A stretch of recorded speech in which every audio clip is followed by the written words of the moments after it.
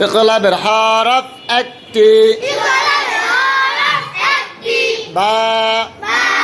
নুনে সাকিন এবং তানবিনের বামে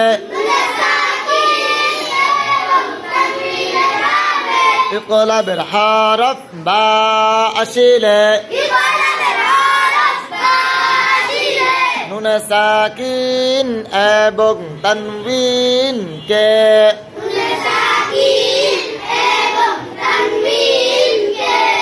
গুন্নার ঠিক আছে গুন্নার সহিত মিম পড়িতে হয় যেমন মিন বাদি আলিমুম বিমা